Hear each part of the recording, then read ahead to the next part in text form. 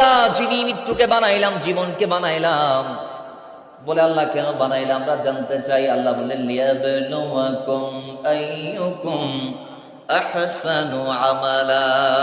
জুড়ে বলেন। আল্লাহ বলে আমি পরীক্ষার জন্য বানালাম। এ বান্দা, আমি পরীক্ষা করতে চাই কে শ্রেষ্ঠ, কার আমল সুন্দর। আমার আল্লাহ এখানে সুন্দর আমলের কথা বলেছেন। ও মুসলমান, আল্লাহ এখানে চাইলে আকতারু আমালার কথা বলতে পারতেন। আমার আল্লাহ বলে নাই লিয়াবলুয়াকুম আইয়ুকুম আকতারু আমালা বলে নাই। আল্লাহ বলেছেন আহসানু আমালা। আমি আল্লাহ কার আমল বেশি এটা দেখবো না, আমি দেখবো কার আমল সুন্দর, কার আমলে নবীর প্রেম আছে, তাকওয়া আছে, খোদাভীতি আছে, মহব্বত আছে। সিজদা কতটা দিয়েছো এটা দেখবো না, রুকু কয়টা করলা এটা দেখবো না, আমি দেখবো আহসান আমল। যেমন ভাবে তোমার বানিয়েছি আহসান, সুন্দর দৃষ্টি দিয়ে, সুন্দর আকৃতি দিয়ে, আমিও তোমার থেকে ওই আহসানটা চাই, যেটাতে পিউরিটি আছে, যেটাতে ক্লিয়ারিটি আছে, যেটাতে আহসান আছে। আল্লাহ আহসান কি বলে? যে আমলে তাকওয়া আছে, যে আমল অন্তর থেকে আমি আল্লাহর জন্য করা হয়েছে, অর্থাৎ যেই আমল বান্দা অন্তরে তাকওয়া ধারণ করে করেছে। আল্লাহ আমরা জানতে চাই তাকওয়া কি। আল্লাহ বলছে তাকওয়া মানে আমি আল্লাহর ভয়। আল্লাহ তোমার ভয় কি? বলে যার অন্তরে আমার ভয় আছে, সেই অন্তরটাতে আমার নবীজির ভালোবাসাও আছে, আমার নবীজির ইজ্জতও আছে, সম্মানও আছে, তাজিমও আছে, ইনকিয়াদও আছে। তো যে অন্তরে নবীর মুহাব্বত আছে, ওই অন্তরে তাকওয়া আছে।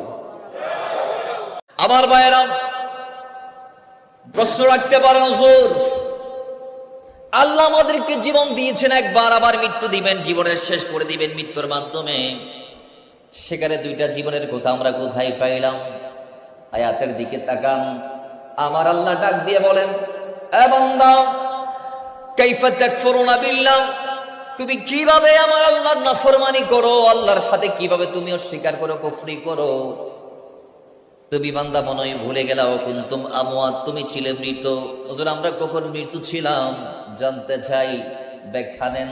ভাই, আমরা আল্লাহ পাক সুবহানাহু ওয়া তাআলা আমাদেরকে সৃষ্টি করে আলেম আরওয়ার মধ্যে রেখেছেন হাজার হাজার লক্ষ লক্ষ বছর।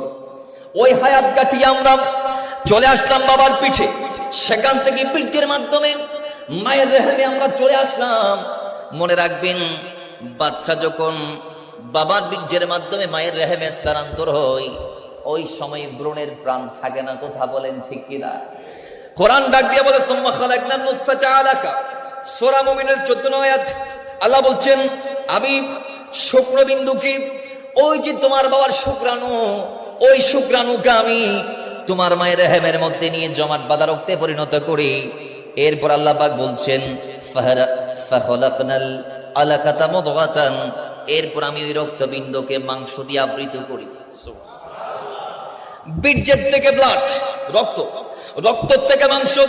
আল্লাহ পাক এরপরে বলছেন এরপরে ওই রক্তের মাংসকে আমি আবার হাড্ডি দিয়ে আবৃত করি, এরপর আবার হাড্ডিকে মাংস দিয়ে আবৃত করি। অতঃপর আমি একটা উত্তম প্রতিকৃতি সৃষ্টি করি। জোরে বলেন না?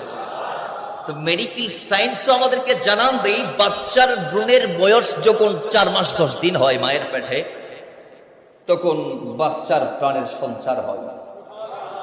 তো প্রাণ তো কে দেয়া, এটা মেডিকেল সায়েন্স বলতে পারে না। সায়েন্স বলছে বাচ্চার ভ্রূণের বয়স যখন রেহেমে মায়ের পেটে 4 মাস 10 দিন হবে, তখন বাচ্চা নড়াচড়া করবে। এর আগে কিন্তু বাচ্চা নড়ে না। তো 4 মাস 10 দিন যখন বাচ্চার বয়স হবে, তো বাচ্চা নড়াচড়া করে। আর একটা মৃত বাচ্চা নড়াচড়া করে কেমনে? তো প্রশ্ন করলে উত্তর হবে আমাদের ঈমান আমাদেরকে জানান দিচ্ছে। হাদিসে পাক গুলো দেখো, চেয়ে নাও যে দুজন ফেরেশতা বাচ্চার বয়স যখন মায়ের পেটে 4 মাস 10 দিন হয়, তখন দুজন ফেরেশতা এসে বাচ্চাকে প্রাণ দিয়ে চলে যায়। ঘুরে বলেন না? এবার আসুন, এজন্য আল্লাহ বলছেন তোমরা ছিলে মৃত। কোথায়? মায়ের পেটে। কোথায় ছিলে? মায়ের পেটে। এর